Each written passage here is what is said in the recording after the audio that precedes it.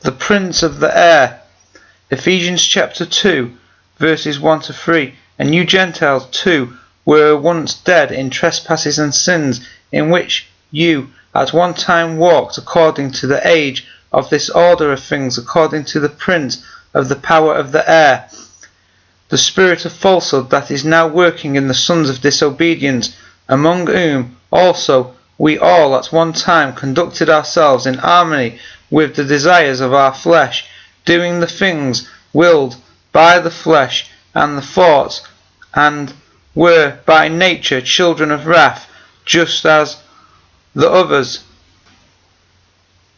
Galatians chapter 1 and verse 4. Jesus, who gave himself for our sins, that he might deliver us from this present wicked age, according to the will of our God and Father.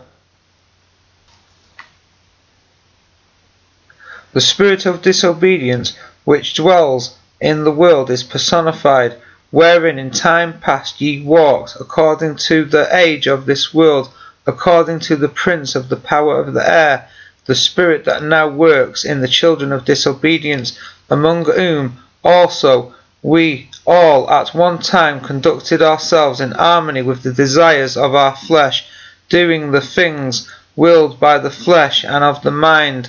Ephesians chapter 2, verses 2 and 3. Now is the judgment of this world. Now shall the prince of this world be cast out. And I, if I be lifted up from the earth, will draw all men unto me. This he said, signifying what death he should die. John chapter 2, verses 31 to 33.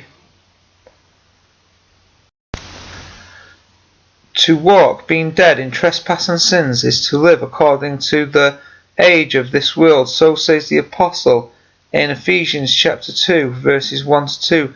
The age of the world is according to the thinking of sinful flesh, in whatever way it may be manifested or expressed.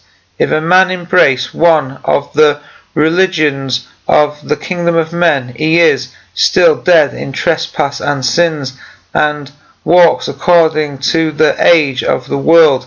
In brief, anything short of faith in the gospel of the kingdom and obedience to the law of faith is walking according to the age of the world. To walk in sin is to walk in this age.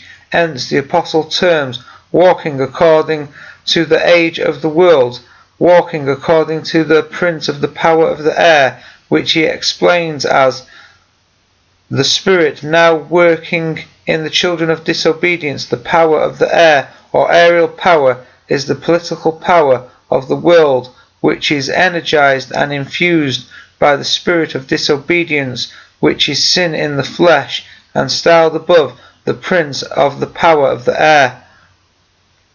This is that prince of whom Jesus spoke, saying, Now is the judgment of this world.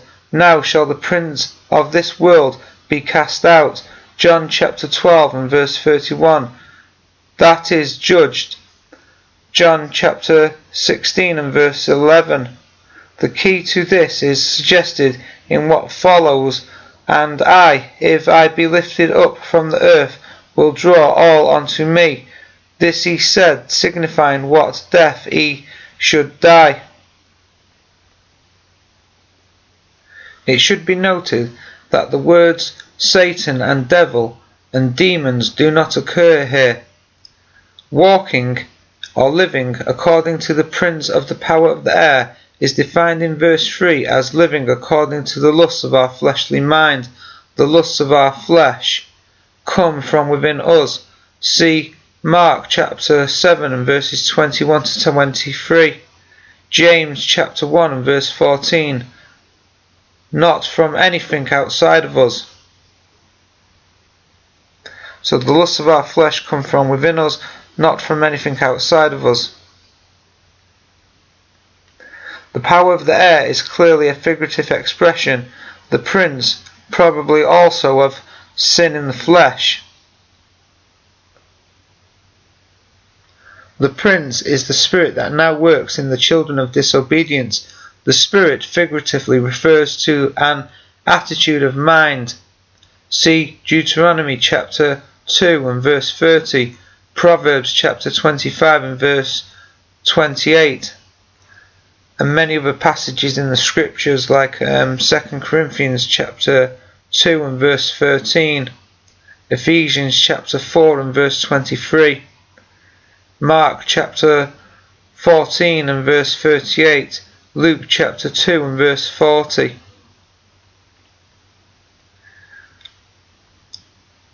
This is confirmed by verse 3.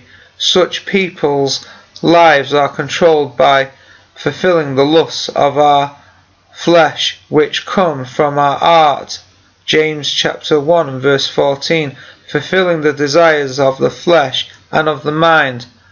Fleshly people do not allow their lives to be controlled by a physical prince outside of them, but by following their fleshly desires which are in their minds. A physical being cannot exist as a spirit in the sense of an intangible essence. A spirit does not have flesh and bones, i.e. a physical body.